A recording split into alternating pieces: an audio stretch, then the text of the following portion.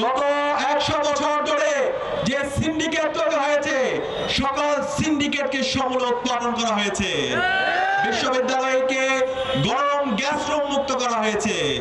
বিশ্ববিদ্যালয়ে চাঁদাবাজার কোনো ঠিকানা নাই, টেন্ডারবাজের কোনো ঠিকানা নেই, ভাই পলিটিক্সের কোনো জায়গা নেই।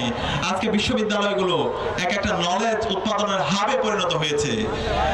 আমরা একইভাবে আমাদের বাংলাদেশের যে অবারিত সম্ভাবনা, সেই সম্ভাবনাকে আমরা কাজে লাগাতে চাই।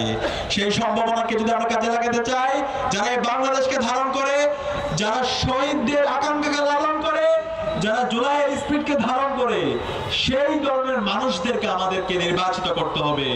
ইনসাফের পক্ষে যে প্রতিনিধিরা আছে, তাদেরকে আমাদেরকে বিজয় করতে হবে। আমরা কি পারবো ইনশাআল্লাহ?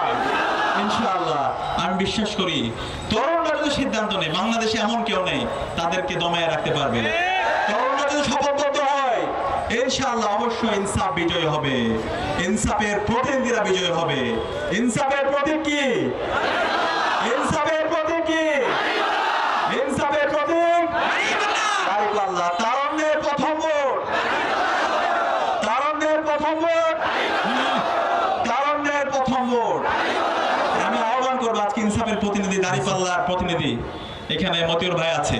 আমাদের যখন এই ধরনের আয়োজনগুলো হবে, এই আয়োজনগুলোতে অন্যান্য যারা রাজনৈতিক দলের প্রতিনিধিরা আছে তারাও আসবে।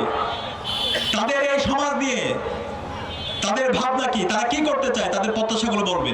এরপর জনগণের সিদ্ধান্ত নেবে। এই নতুন দিনের রাজনীতি, রাজনীতি সংস্কৃতি এমন হতে হবে, সেখানে জামাতের প্রতিনিধিরা এসে কথা বলবে, বিএনপির প্রতিনিধিরা এসে কথা বলবে, অন্যান্য দলের যারা প্রতিনিধি আছে তারা কথা বলবে।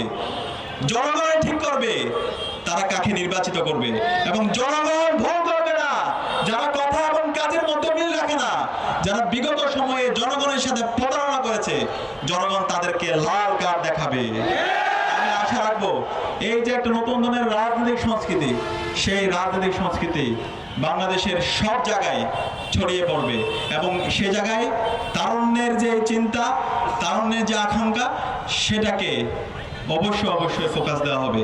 এবং এই নতুন দিনের রাজনীতি হতে হবে মেরিটোক্রেসির ভিত্তিতে, মেধার ভিত্তিতে। আপনারা কি চান এমন কোন নেতা নির্বাচিত করতে যে চাঁদাবাজি করে, যে টেন্ডারবাজি করে, যার পড়াশোনার কোনো কোয়ালিফিকেশন নাই? আপনারা এমন কাউকে নির্বাচন করবেন না যার মাধ্যমে আবার প্রতারিত হতে হয়।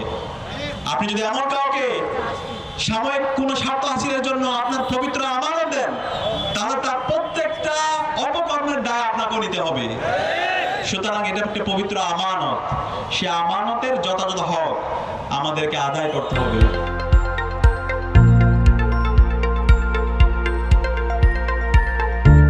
দিনাজপুর টিভি মানুষের জীবনের কথা বলে।